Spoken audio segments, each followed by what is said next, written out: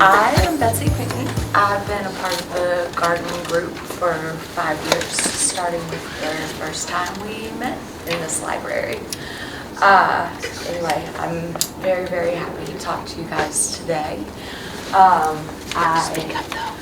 Talk fast, and I haven't spoken publicly since college, so if I do start to talk fast, please raise your hand and slow me down. Suggestion, talk louder and project. Okay. Whoa, can't hear guys. Okay, all right, thank you very much. I by no means am an expert on any of these subjects. I learn as any gardener every season. But I am very passionate about these subjects, and I'm excited to talk to you about these. So, what is permaculture?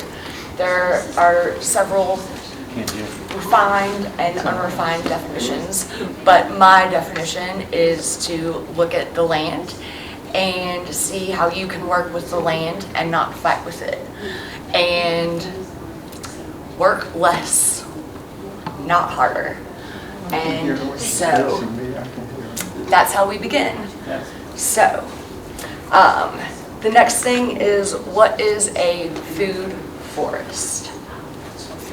So you walk into a food forest and you see nut trees,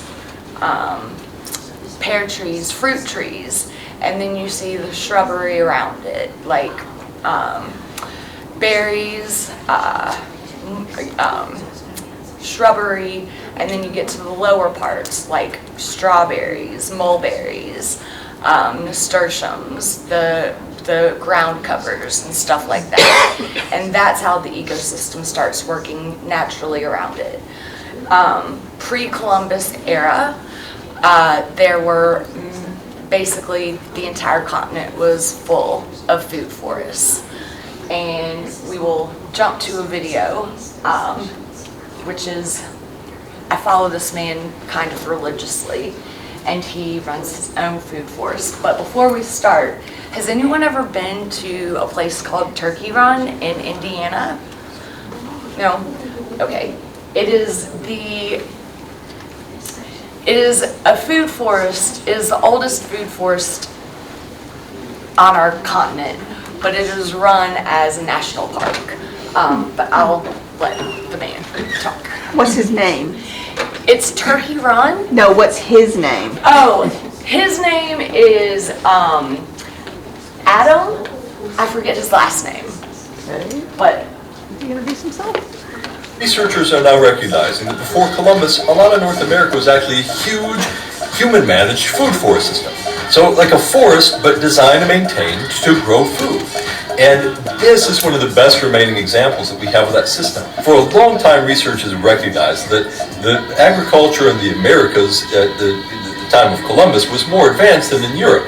But we didn't even have the eyes to be able to recognize the value and high productivity of these food forest systems. We didn't even see them. Which brings us to Turkey Run State Park in Indiana. In the overstory, there are walnuts, butternuts, hickories, hackberries. Towards the sunnier edges, there are persimmons, which are an amazing fruit if you've never tried them. Beneath them, thickets of blackberries, black raspberries, elderberries, sunchokes. Shade gardeners, listen up. Pawpaws, our largest native fruit and also my favorite fruit. That's a happy camper. Service berries as bushes and trees. And some of the understories are thicker with food than like any farm I've ever been to. Our famous gourmet leek, the ramp. Edible ferns, used for this gourmet vegetable. Fairy spuds. These grow in thick clumps and make a great potato. Wild ginger, wild strawberries, May apple.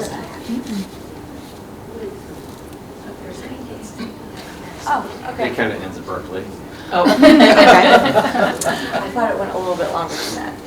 But that's just one example. So if you go to the Pacific Northwest, there's still abundant food forests all over that they're still saying these are abundant food forests. And so basically what you can do is you can go out into your yard or your garden and you can still see these food forests that if you know what you're looking for, they're there. So now we talk about, hi. Now we talk about what is a guild. So, Researchers are a guild is kind of a mini food forest within your food forest. So that's how we start our food forest. So we're going to start with a tree, a nut tree or a fruit tree, and then we start building around that. So we start with, go to the next one. We start with the primary crop, which is, what do you want? I'm going to start with a pawpaw tree.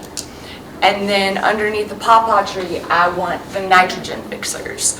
So I want to go in and I want to do black bean, whatever suits your needs for your family. So, but I need nitrogen fixers in my garden immediately. So I went in and I started doing, and I'll show you, I started doing black beans.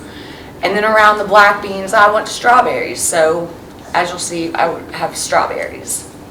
But then you also need what you need to get those other nutrients in there. So you decide what's good for your garden. And so you get, what would you like? The deep-rooted ones. And then you can do your research and acclimate to what you like. So if you don't like boards, you can do other things besides comfrey. There's not yarrow, but what were some other ones?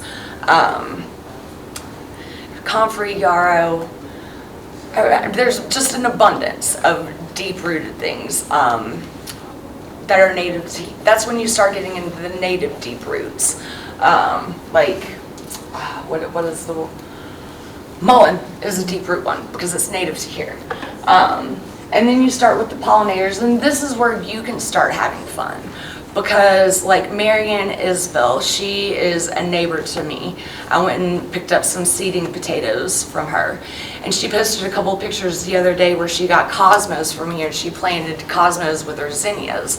Well, the cosmos are taking over her garden over the zinnias. So next year she's going to plant the cosmos in a separate area from her zinnias. Well, that's how she wants her garden to work. And then someone else posted the other day about how their milkweed, they have tons of milkweed, and she's getting a ton of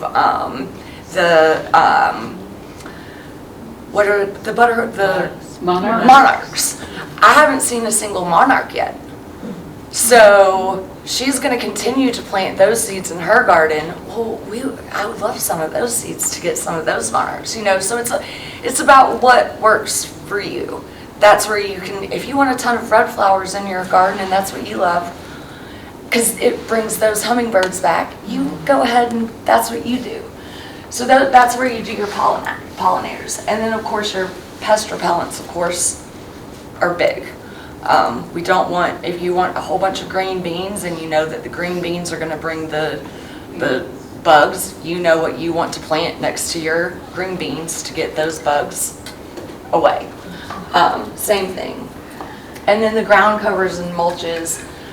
I do a lot of nasturtiums again because that keeps my bugs away from my strawberries. Again, that's where you can decide what you want to do. You can do, what am I selling? What's the deer food that I'm doing? Hostas. I'm selling mini hostas as deer food instead of selling them as hostas as beauty, because all the deer ate my hostas, and because it's great deer food. And then it's going to be mulch, so that's another thing. You decide. So as we talk about guilds, we're going to then step into our worms. Worms are one of my most favorite species on the entire planet. I could do an entire hour on worms, but we're not going to. But Charles Darwin's last book he wrote was about worms. I haven't read it. In doing this research, I found out about it literally 2 days ago. The only copy in circulation in the system is Roanoke. I found out yesterday. So only research I know about is that when he wrote it, everybody thought he was crazy. And, you know, back in the day, when these things were coming out of the ground, everybody thought, what is this mouthless, eyeless, crazy thing? And they were killing them like crazy and thought that they were the devil. Thought that they weren't doing anything good. So these things that have been doing work for 600 million years, we've been killing for the past century with our pesticides, with tilling, with all the bad things. But now we know that they're wonderful. So what I'm going to teach you today is what everybody pays a lot for, is how to make your own worm compost, worm bin at home. So everybody can get one of these or something that is not, that's dark, right? Everybody can get your hand on something like this.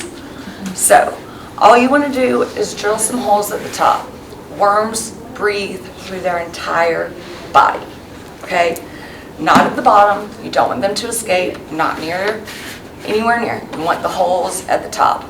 And small ones, because still, they're climbers.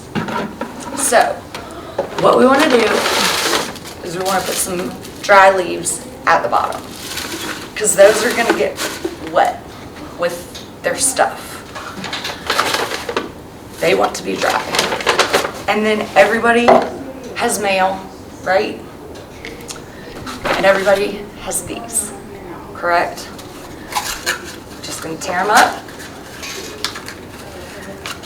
The toilet paper can go in there too. I'm just going to do these a few times. Easy peasy, right? If you have a paper shredder, even better.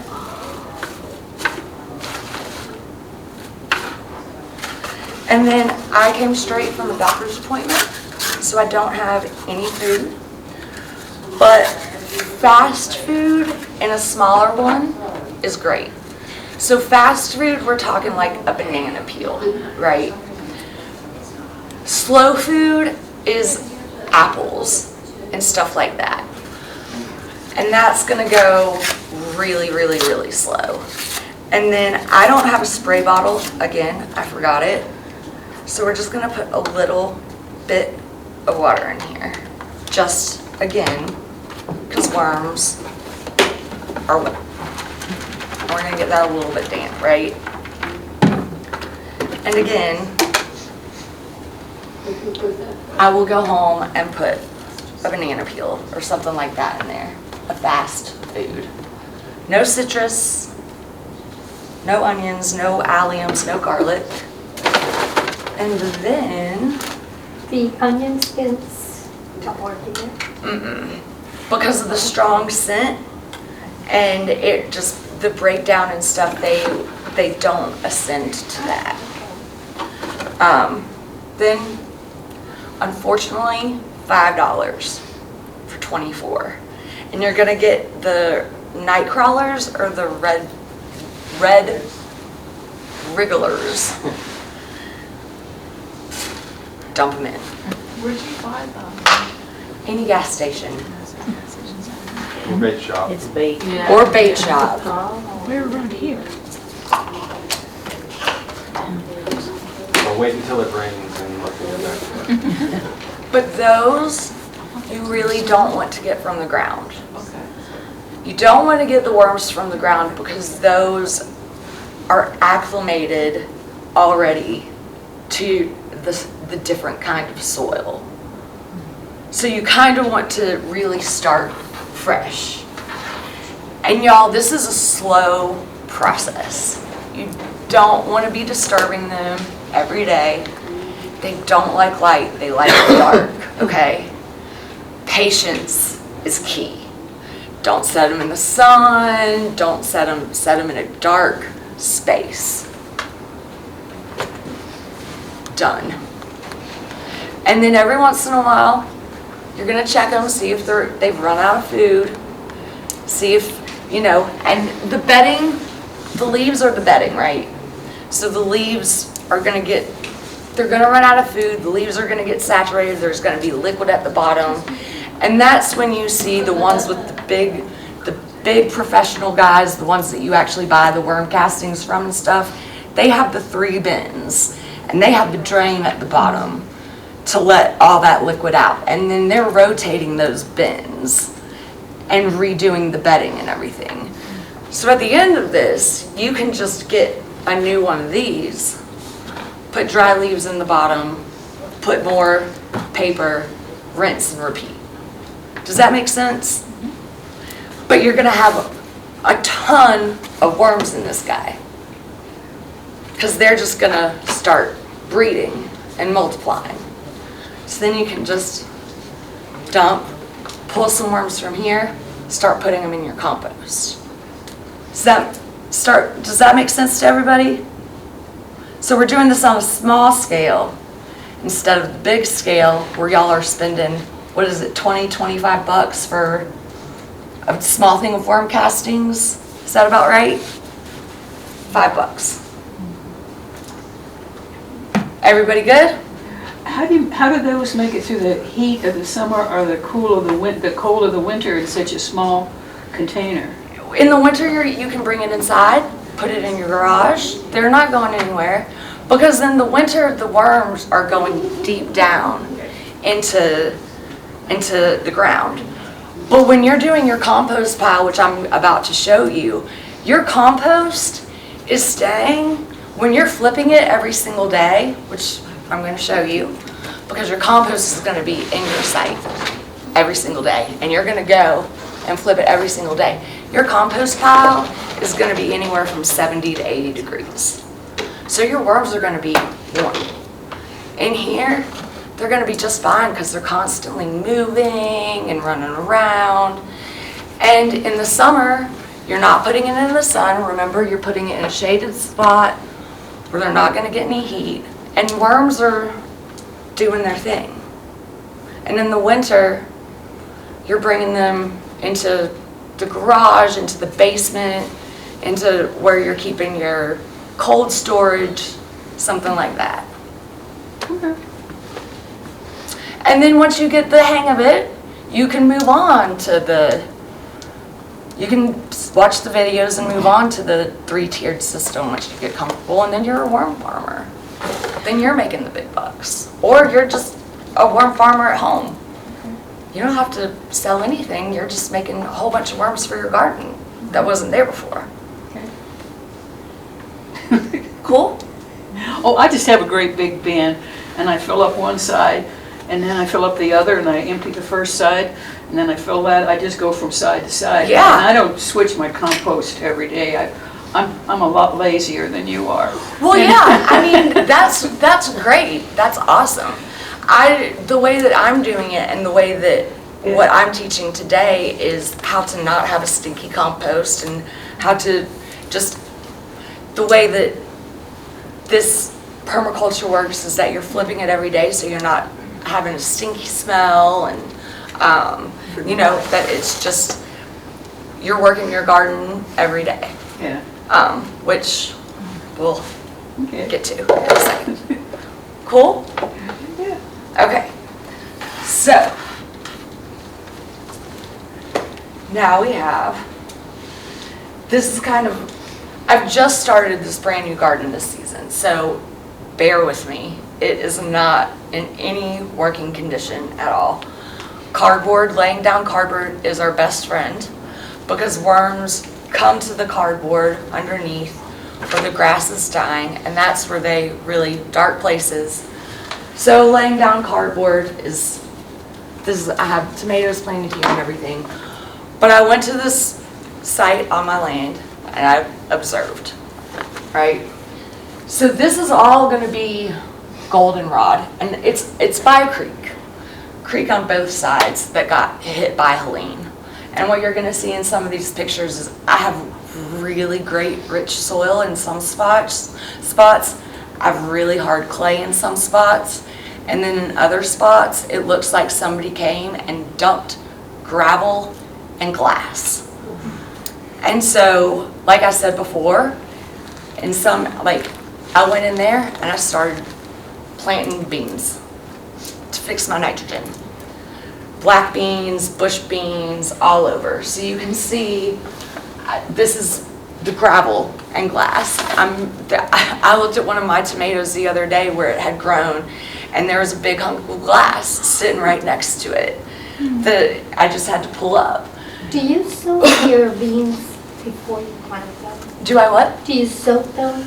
Some Or of you them. just direct soak? I direct sow some of them, and I soak some of them.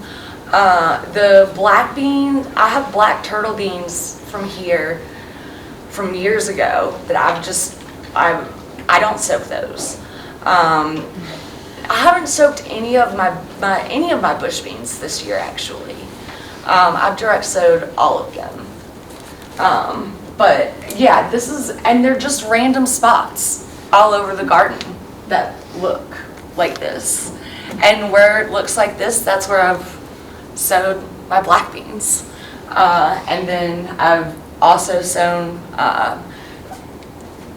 what else have I sown there? I've sown black beans, and I've sown radishes next to there, and I've sown some nasturtiums there as well. And they're growing. And then also this right next to my line is where I'm cardboard wood chips. And then this fall, a whole bunch of leaves are going down on top of that. And I've pulled this right here, I pulled this. And when I pulled it 2 days ago, there were 8 worms underneath it. Picked up those 8 worms and I threw them into my compost pile. Didn't throw them into the bin, but I threw them into the compost pile. So now they're happy little campers running around. So I think those are, yeah. So for example, you can see my marigolds. I have a zinnia. I have another marigold. I have a couple of bush beans right here. And then I have, these are the hyacinth beans. And those are going to attract the butterflies in the fall, the monarch butterflies in the fall. And those are runner beans. So those are actually long beans, which I brought to today. And then the other thing I'm doing is every single time I get a dead marigold, taking it out, throwing the seeds, trying to get as many marigolds as possible. Marigolds do not hurt a thing. So we can go on. And yes, so this is kind of what I'm talking about too. This is the strawberry patch. When I walked in, there was one part right next to the creek that had a whole bunch of wild strawberries. So every time I go into the garden, I'm taking these strawberries, and do you see these runners? Can you see those runners? So I'm taking these runners, and I'm digging up the dirt, the weeds. I'm removing the weeds, and I'm starting the runners. And then when I go back, once the runners are set, I'm clipping them, putting hay around them, starting new strawberries. And then I'm throwing garlic seeds in there and planting garlic bulbs as well. Then that's where I'm going to put my pawpaw tree. So over time, that's going to be my first guild. So I'm going to have a pawpaw tree with strawberries and garlic and onions and nasturtiums. And then I'm going to I have black beans planted there. And then if you view up, that's where goldenrod is. So also, for the fall, if you plant kale and Brussels sprouts next to the goldenrod is a protector for brassicas. So I'm set for my fall brassicas. And the nasturtiums also are a companion plant for those brassicas as well. Does all that kind of make sense? So I've started my first guild. And then when the brassicas fall out, I'm gonna let them go to seed, and then that's my mulch for the winter. Is that kind of all coming together? Okay. And then the strawberries that I can't get to run, I'm putting them in pots. And then in October, before the first frost, I'm gonna put them all in the ground. So I'm gonna have a little strawberry patch. And if you go back, hold on, let me just go back one more.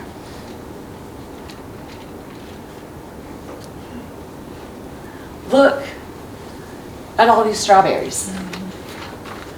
And if you go, and you can't go out, but they're everywhere. So I went and I observed, and I saw the strawberries, and I saw the goldenrod, and I made my plan from there. Is that all setting in with everybody? Have your wild strawberries produced? Because mine don't. I don't get any berries. They haven't produced because of all the weeds. I don't know why mine aren't then. I'm just yanking them because I can't get any fruit from them. So I don't know. But I'm doing all this and I'm gonna see next year. But I have strawberries at another garden that I'm gonna bring down, that I bought this year, and I'm gonna bring those down in October and plant them too. But by tending to this, I expect to. Good.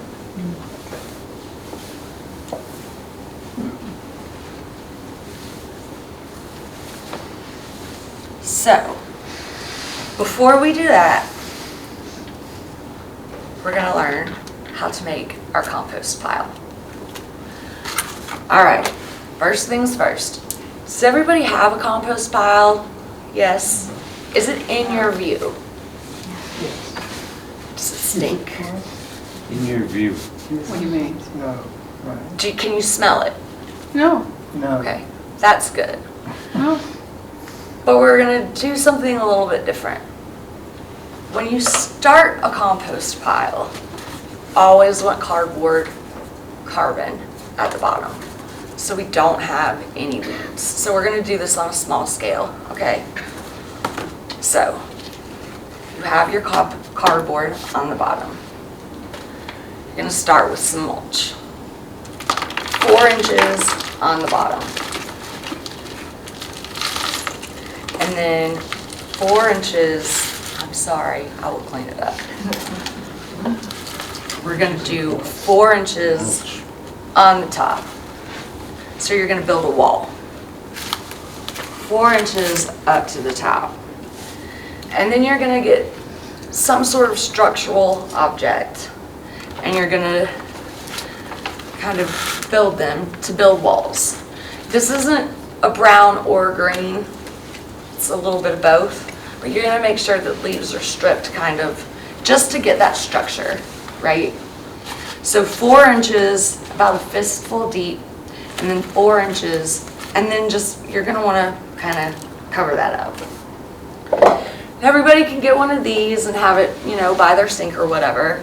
And, as we go through the week or a couple of days, as we're cooking, eggs, eggshells, salad greens, scraps, whatever. And if you don't like the smell, we're putting the top on, of course, every day. And if you don't like the smell, you can set it outside or, sprinkle a little dirt on top, whatever. But this is important. We need these nitrogens in order to get good compost. And then, once we have this, 4 inches, we're gonna go in, we're gonna dump the nitrogen on top. Salad greens, all leaves are waterproof. So you gotta make sure that they are at least a little bit torn up.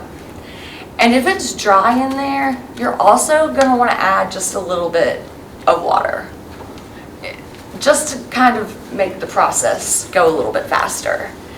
And then from your garden itself, you want to add a little bit of dirt on top of the garden scraps.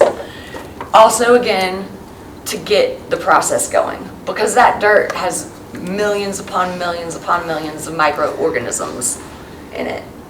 And then you're gonna put more mulch on top. So now you have kind of a house, right? And it's starting its process. Now if you want to get really, really, really good at it, if you have any animals, donkeys, cows, not necessarily chickens, this is where, that's the gray area, is chicken poop. You can do so if you want to. That's your decision if you want to do the research on the chicken poop. But donkey poop, cow poop, that stuff, those are great nitrogens to put in. Then you can put that in. Also, again, nail, paper, all that, again, can go in. Then we're just mixing. This is where you want your little lifestyle change every single day. You want to turn that compost every day. That's how you get good compost. That's how you get compost that does not smell. That's why you want it not out of sight, not out of mind, but somewhere where you can see it. That's how we forget. That's how the worms get lazy. That's how we get cold compost. That's how we get the worms that aren't active. That's how we get the smelly compost. So that in and of itself is how you're making your new compost. And then after 17 days, your compost is ready to start separating out. And that's when you have your dirt ready, fresh to go into the garden. And how you separate it out, that is up to you. I've seen so many different ways. You know, I've seen one woman have a little screen turner that she, you know, rolls around. I have a very simple makeshift, something that a screen that I got out of the basement from an old window. And again, put a piece of cardboard down, I have two little blocks, and I put the screen down, and I'm just shoveling the compost over and then scraping it off back into the compost pile. What doesn't come out through the screen goes back into the compost pile. Easy peasy. It's a bit of a process, but you're getting your clean dirt out. And then also you get to see the worms that have also come up through the compost as well. So is that all making sense? I have a question. Yes, On ma'am. your mulch, is that just regular store-bought bags of mulch? It is. Yeah. Not the color, that doesn't matter if it's dyed?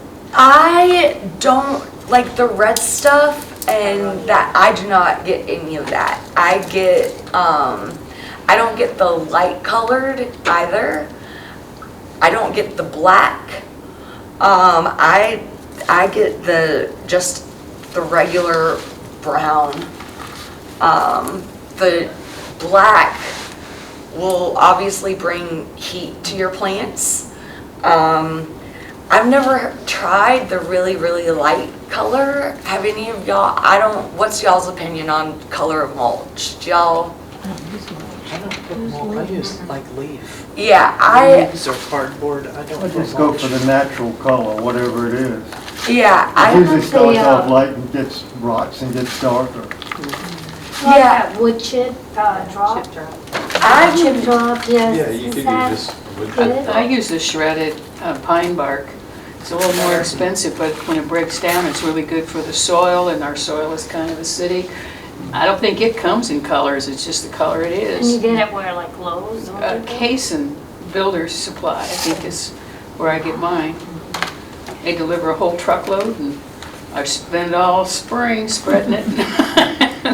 I agree with you, I don't like the black stuff. I don't think the chemicals are good for the soil, and it doesn't look good to me. It looks It'll stain your car too. Pardon? It'll stain your car too when you're taking it home. Really? Learned that the hard way. Yeah, I just like the shredded pine bark, and I get the shredded hardwood from the city, and I've used that a lot, but I like the shredded pine bark best. Is the shredded hardwood from the city different from the chip drop, right? I think it's the same It's thing. composted. But it's not, the chip drop, you have to, is different. Like, Yeah, the chip drop, I think, is they just chip leaves and branches and Trees, everything, yeah. and they just That'd dump be the good. whole mess. And I think they compost at the city, and then you can get the composted leaves too, Yeah. which Interesting. it's free, and But you have to go and pick it up. you have to go pick it up. Okay. Yeah. The tree trimming and tree cutting companies take their chipped trees and limbs and leaves to the dump, and they have to pay to dump them. So they like to bring them and dump them in your yard for free. Yeah. If you just call and ask for it. I got a truck. It might be far more than you But want, it's but great. I would like to know how to do that. Just put a chip drop. Chip drop. But not the chip drop though, because the chip drop, they'll bring you any amount yeah. It's of, just for like of a whatever. The cities is usually like the first 2 weeks of May, I think. Yeah, I don't think they did it First last couple year weeks. They did. because This year. I think they keep it for a year or two, and Helene washed out the whole supply, so they had to rebuild it this year. Oops, thought I turned my phone off. Yeah, Interesting. but their composted leaves is dynamite. Yes, it It is. is so good. I just What's the regularly, location? it's out, I think Aren't it's you back in out R1, by right? Kimberly Clark. By the Yeah, it's treatment back center, around yeah. there, behind Kimberly Clark, sort of. Yeah, that would be a much better, I would love Yeah, that it's stuff. it's out, you go out the highway and it's on the right hand. It says Oh, it's Hendersonville delayed, Highway. it's active. Hendersonville Highway, you go Hendersonville Highway and it's on the right What hand I have side, done but is, I always miss the city when they always run out. But I just, when there's a tree trimmer company in the neighborhood, I just walk over and say, hey, could you dump, if these are not diseased trees, can you just dump this in my backyard when you finish? And they say, oh, we'd love to. yeah. And they just dump it. You can also call them on the phone and say when you're in the neighborhood. But I've always just been able to catch them in the neighborhood. Or if they cut down a tree on my property, I said, now, I want a price where you don't take it to the dump, you just leave it here, and they'll drop the price of what they charge you to cut down the tree. Okay, Because they don't have to pay to haul it somewhere else and dump it. right. Okay, good to know. But I like to leave that like for a year or two. Yes, you can let it sit, and then I it will just- compost. It'll get hot the first Yeah. year, and it will compost if you just let it sit there. Or you can take it fresh and use it, but it decomposes pretty fast Yeah. when it's in a pile. Yeah.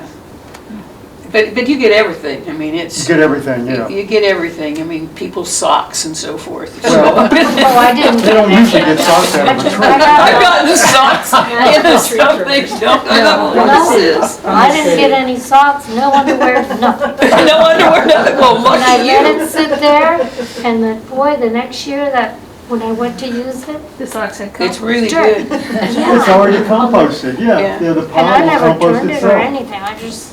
I don't left it turn in the my back there. compost. You have a lot more energy than I do. I just pile stuff on and I have a big compost pile, and in the spring I take off the top stuff that hasn't, that hasn't done. I use the bottom stuff, I put the top stuff in the bottom, and sometimes I can persuade my son to do it.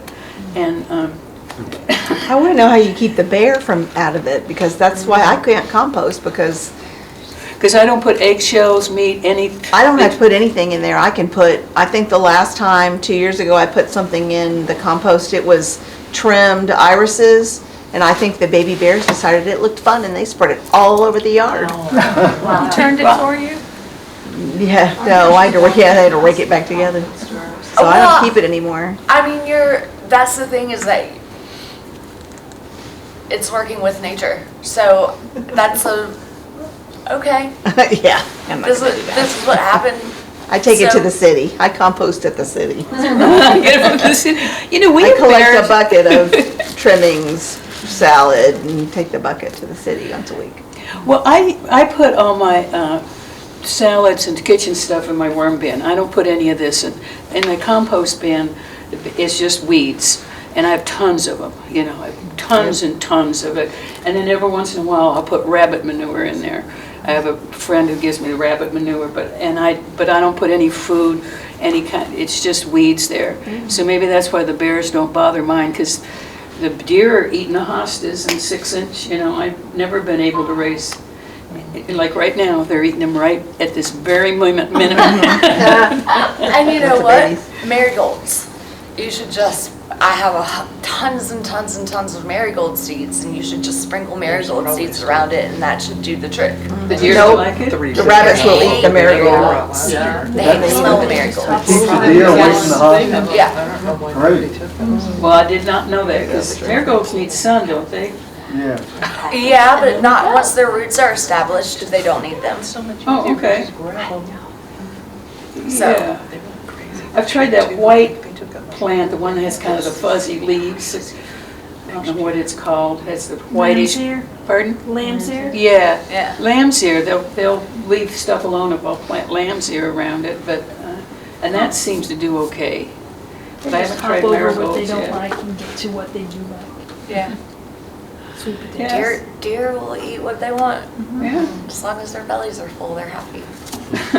We have a big fenced-in backyard, and our dogs come and go day and night, so we don't have deer, but then our dogs eat everything, they eat the green beans. But I do like your idea of, and I've always done, I planted peas and beans, and everywhere, it's not just the nitrogen, I think they build the soil. I think Yeah. they build the connections and networks in the soil. Yeah, absolutely they do. Yeah. But well, because the way that their root systems work within the soil, they're like tissue. Yeah. They're connectivity wise underneath, and then the worms as well underneath are doing that work too. Once they are able to work that soil, because the way that black beans work, they basically can thrive in any type of soil. So then once they can do their work in the soil, then that means that the worms can finally get around and breathe. So like that picture that I showed you of like the gravelly stuff, it's gravel and sand and shards of glass and stuff, and worms can't work in those conditions. So they can't travel in those types of conditions. But then once the roots get down and they start making little pockets of airways, then the worms can start traveling through, and they can start doing the work that they couldn't do before, making the land like workable for other things. Yeah, yep, they do that. Yeah. So then other things can finally get in there and do their jobs. Yeah. Is that Yeah, that's how you know you got good dirt, is when you dig it up and there's worms there. That's, right? yeah, then you know you're on the right track. That's the key. Like That's key. one of the tests is dig up like 1 square foot of earth and count how many worms you have. If you have 0 worms, your earth is dead. Yeah. If you have 1 to 10 worms, your earth is in all right shape. If you have 10 to 20 worms, your earth is livable. Do you use cover crops, other kinds of things for cover crops? This year I am. What do you use? I'm going to plant rye. Okay. And then in this garden down below, every single time I went in and weed eated it, because I had no choice. And obviously you saw I didn't cut any of the goldenrod, I didn't cut any patches of clover. I'm saving the strawberries.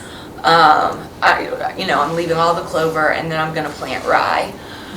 That'll be the first year I'm doing this. And then I think I'm gonna plant more clover. Okay. I used yellow mustard this year for the first time, and that was supposed to do something to the soil, not fumigate kind of thing for something. But yeah, I've just been fascinated by cover crops and what they do to grow your soil. And it's not just keep the weeds down, which it doesn't really seem to do, sadly. But it makes really good compost, and it looks pretty. And but I'll try rye. Not done that. Rye is, yeah, we'll see what happens. So I'm excited to see. Everybody good? Okay. I have another question. Yes. Oh, mulch. You mentioned earlier somewhere you used hay. Yeah. I went and bought a big thing of straw, and I used that for my potatoes and stuff there. And I had all kinds of Grass. weeds going out. You have to get garden straw. It has to be labeled garden straw. Well, I If you went just to get a bale of Tractor straw, Supply. it's full of Okay. weeds. And Yes. I bought the seeding straw, No. and that, That's why you got seeding straw. I got all kinds of different, everywhere. Because it said seeding straw, it said it in the name. I thought it was to go to the seeds. Because it said seeding straw, it had seeds in it. Okay.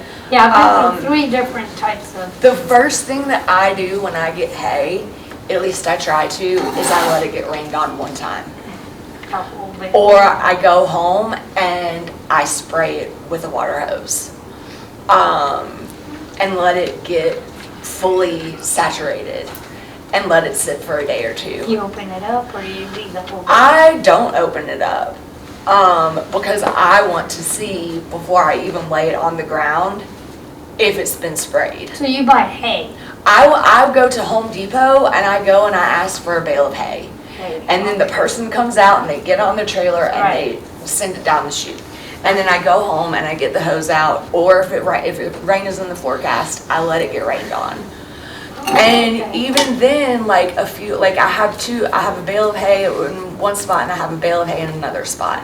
And there is grass growing out of it, but it's not like you go to the store and you get those things of grass for your smoothies and it's like Well, the wheat straw right, was terrible. because you got a bale of wheat. Yeah, Because you got seeding straw. like potatoes and a whole bunch of wheat. Yeah, so I keep you pulling them out. got a bale of weeds. So go to Home Depot And and get ask hay. for hay.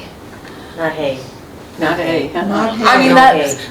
Oh, not Hay hay? is, you want straw. You want want garden straw. straw. Well, where do you get garden straw? You just have to look around. I think the garden supply place has garden Ace straw. probably has it, Ace Hardware, I think, Not carries hay. it. Briggs out on Flat. Brevard Road, I think it's called Briggs, Mhm. they used to have straw that they would guarantee had not had pesticides in it. I don't know if they still do it, but I used to get it for Halloween and do some decorations and then use it. But I've gotten straw before that I'm sure had pesticides or herbicides or something. in Yeah, it. and even hay right Home now, Depot? people are complaining about grazon showing up in Yep. their garden hay that they lay down, and it kills all the broadleaves, including Yeah. vegetables, because it's got grazon residue in it yet. Yeah. So I would stay away from any hay at all, because you just don't know. Or get They're it from doing it because farmers. they're spraying where their livestock is, and they don't want broadleaf stuff coming up in their pastures.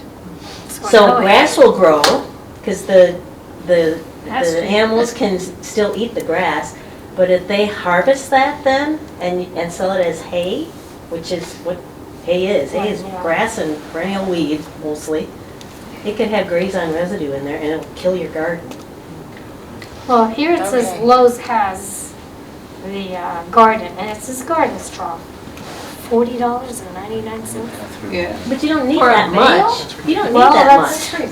I don't know, just It's a bag. maybe. If I buy a bag like that, it'll last me like 2 or 3 seasons, because I'm only using maybe an inch across my raised beds at any one time. And that lasts the whole season. Grass clippings is the same thing. It's Yeah. hay. And you know what's on your grass, nothing. Is alfalfa Gotta hay put the the same? weeds. I mean, does that have the same problem? Yeah. I don't don't know if they spray alfalfa. It's for horses and they don't like Onions, too. horses. I mean, they take care of the horses. So Yeah, I doubt if I don't they, know, I've heard but, it both ways. but I would look have heard into both it. ways. yeah, Do they spray alfalfa? I don't know, I've heard people say they got And it will pass right They through the got manure into your gardens. hay We're from not a horse pasture and it was sprayed with Grey Zone. Yeah, but straight alfalfa hay, if you bought it. Yeah, I You don't kind know. of need to ask the farmer I who think I grew need it. to check your really. source. Yeah. I brought a copy, I thought I I mean, had it. $40 for that bale of garden straw is cheap, really. Oh, you can buy vegetables cheaper. Yeah, you can, but like I said, mine lasts, a bale like that I'll go to lasts the me farmer's 3 market and get my seasons. own vegetables. That's, let me see how big that is. It's as Lowe's has it. But that's quite expensive. the tomato man, Greg Cute. LaHoyer, he does a lot of growing in straw bales, and he researches who has the straw bales knows without them. pesticides, so he would be the one to ask. Who is that? Because he grows, his name is Greg LaHoyer. Craig LaHoyer. He does, he wrote this book called Epic Tomatoes. He lives out on Haywood. And he does a lot of dwarf tomatoes and stuff. But he does a lot of his growing in straw bales. I tried it out. It was a mess. You have to use lots and lots of fertilizer to make it grow. And I don't know, wasn't my cup of tea. I gave it a try one year. But he does all the time. And he researches the farmers in the places that has Yeah, it. he goes right to the farm. Does he get it from the farm? Probably. I Around don't here, you know, you just ask the farmer, did you spray your fields? That tomato man is retired from a chemical company, and he doesn't avoid pesticides and herbicides and GMO. He's not an organic grower, No. if that's what you're looking for. No, he's not, but he's pretty good about, if you got herbicides in your straw bale, you're not gonna It's be not able to gonna grow work, tomatoes. that's right. It's not gonna work. So he looks, He knows that, yeah. yeah, but, He's great with tomatoes. He's got all kinds of tomatoes. yeah, but anyway, you really have to look to find straw I think or hay that doesn't have herbicides in it, because most farmers, and if they're organic, I think they probably just keep their stuff. They're not big operations. I think there's a place in Asheville that might sell organic straw or safe straw, and it's called Fifth Season. Fifth season? Yeah, they're not cheap, but they have some And really where are pure they stuff located? if you're looking for it. Across from the National Mall. Smith Hmm? season. She was just asking where it was. Fifth Season. It's over off Tunnel Road somewhere in that part of Asheville, right in by our the mall. east part of the city. But I don't know the exact, but it's called Fifth Season Yeah, it's on Tunnel Road. on Tunnel Road, yeah. You check them out for a lot of natural and organic kind of Oh, growing I've never even things. seen it. I didn't know about this place. Looks great. Just Google it. Okay. Well, I just want to know about mulch because I've gone through so many different bales of wheat straw and this straw and this other straw. Well, and like they said too, is that if you let you know what's in your, you know what you have on your lawn, you know what's on your grass, and if you let your grass grow a little bit taller, mow that down and use that What as. do we have weeds? Because I have a couple of Weeds are the same thing. If you I mean, unless you know something is incredibly invasive in your grass, there's only a couple of weeds that we have right now that are incredibly invasive that you don't want.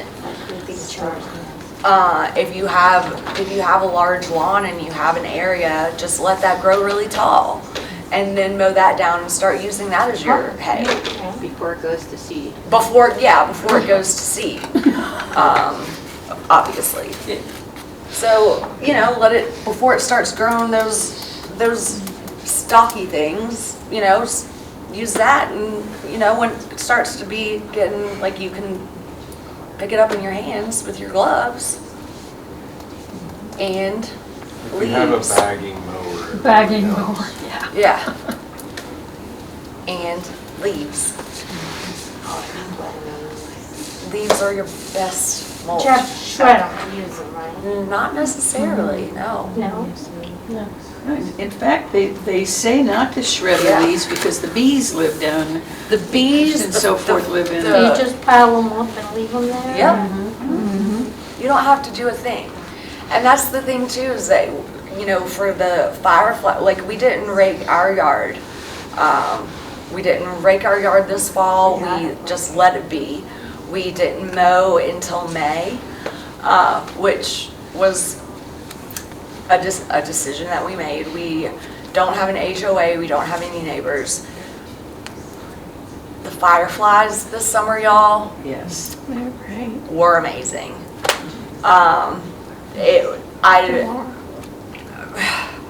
Nathan can speak to that. If my father were here, he could speak to that. It was out of this world. It's worth it if you can hold tight, if you can rake your leaves into your tree line. Just do that. If you can rake your leaves into your tree line and into your garden bed and use that as your mulch instead of buying your mulch.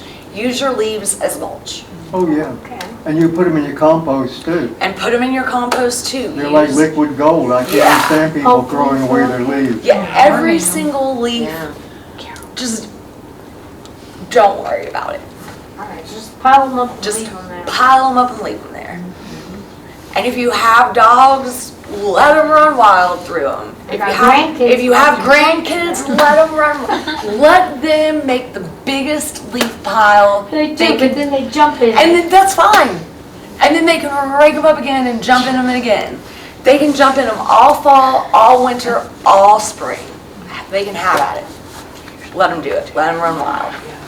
You can take your lawnmower with a bag on the back of it and go to your neighbor's house. They want me to get up your leaves, and you get up bags of leaves from your neighbor's yard and bring them over and put them in your compost. Yeah, ask Or all use your them- neighbors for their leaves Use instead them for of. mulch. Do you know we put like 100 million pounds of plastic bags of leaves in the garbage dumps every year. Mhm. Of plastic bags of leaves. All that nitrogen is great. My neighbor just burns them.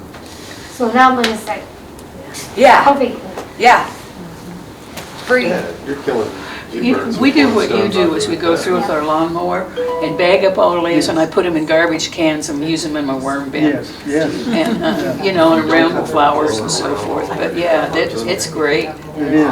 And you can guarantee that on the pesticides. That's right. Herbicides. Sorry. The extension office says that we in this area have been removing so many leaves from underneath trees that our trees are now starving. Correct. Yes. Like I said, when I say 100 million pounds, I'm like underestimating.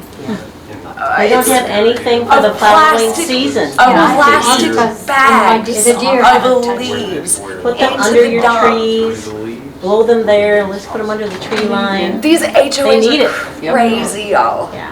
I'm sorry if you live in an HOA, but like start protesting that you have to keep a clean lawn. because I'll tell you what, buying mulch Like- gets expensive. Okay, so we're at 2 o'clock. I know some of y'all are starting to pack up. Let me just run through this one thing. So we can build structures in our food forests.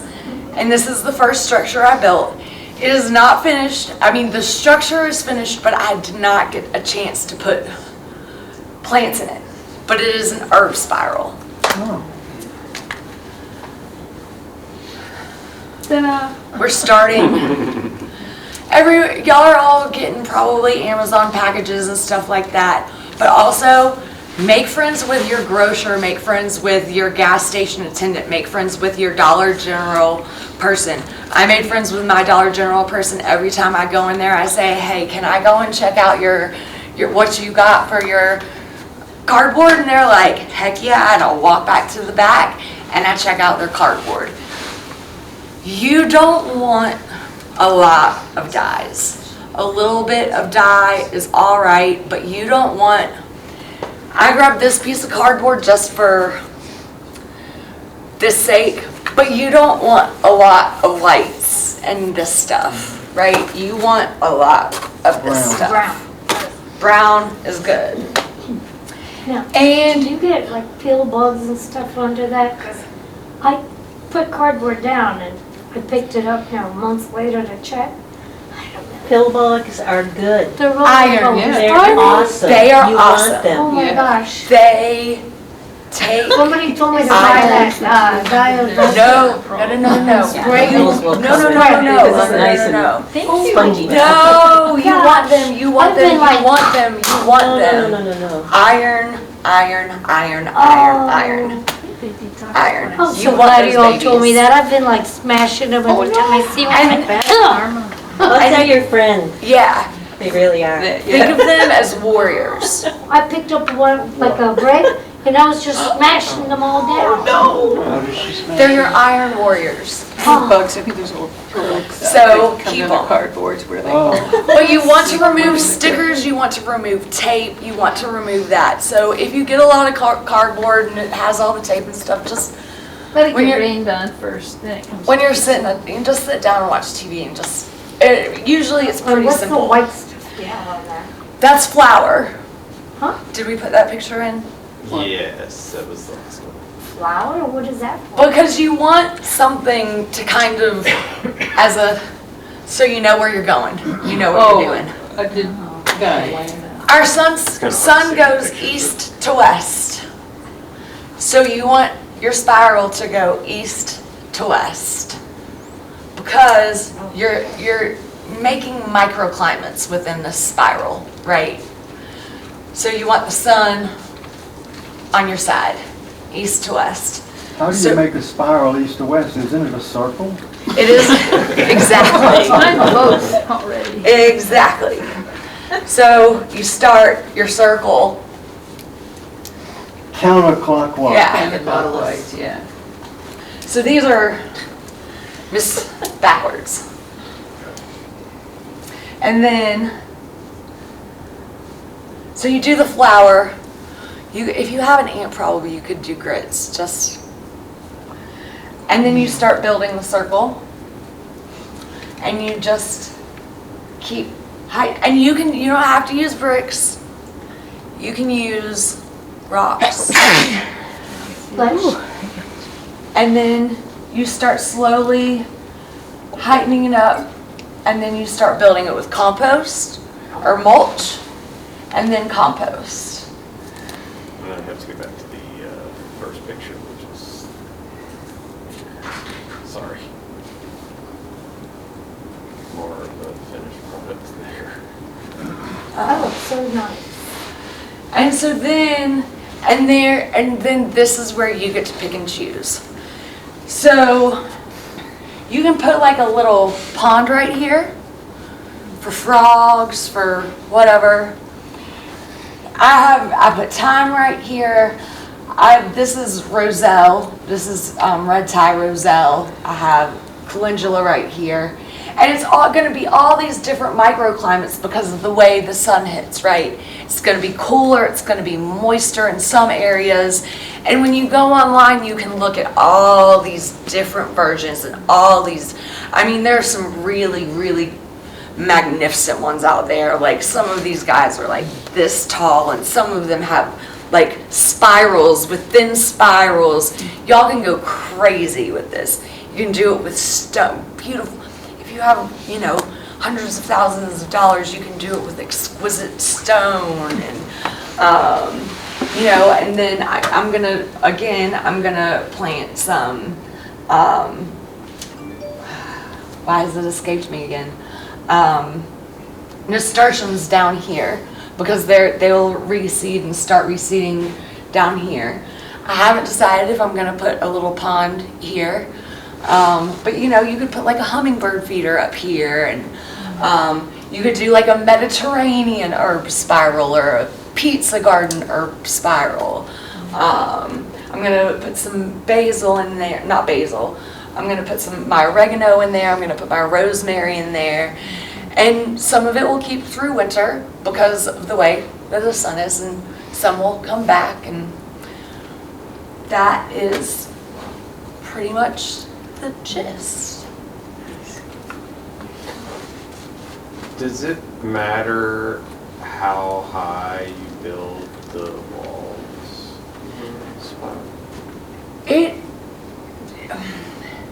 It does not, but eventually gravity will take over.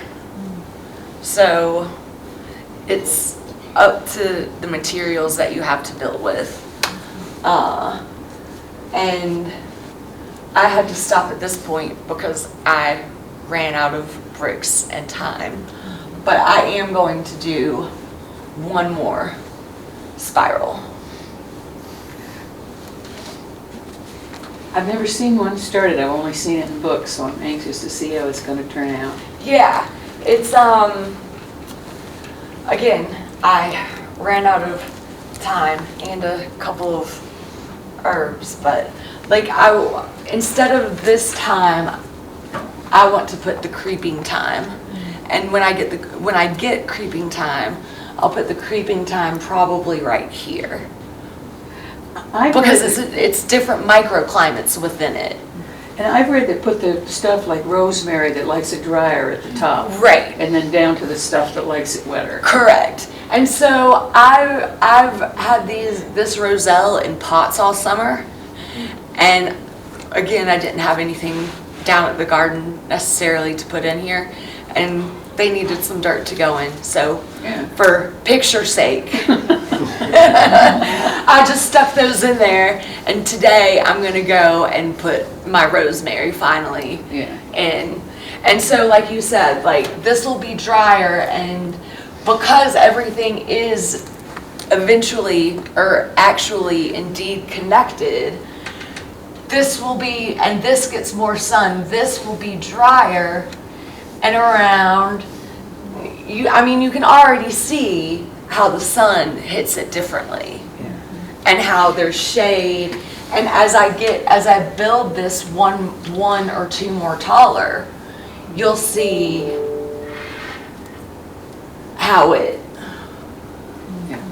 reflects the sunshine differently.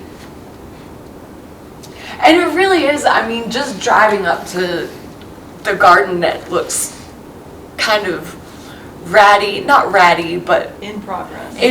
yes, thank you. In progress right now, and then seeing this Shabby chic. shabby Ooh, I like that. That's mine. and then driving up and seeing this, it makes a complete difference. So I'm really happy with it. So The end. great.